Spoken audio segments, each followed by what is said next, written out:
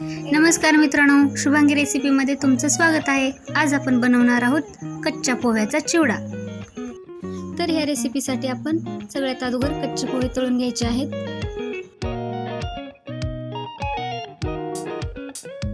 तर त्याच्यावर थोडंसं मीठ आणि हळद टाकून घ्यायचे।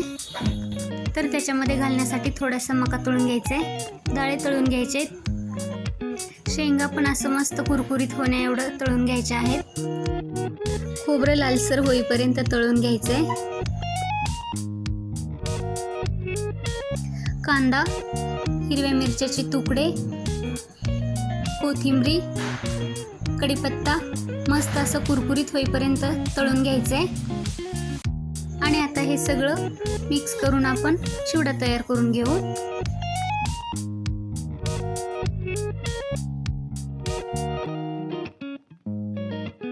आणि इथे आपला चिवडा झाला तयार। अशा जर तुम्हाला नवनवीन रेसिपी पाहिजे असतील तर माझ्या चॅनलला सबस्क्राइब करा।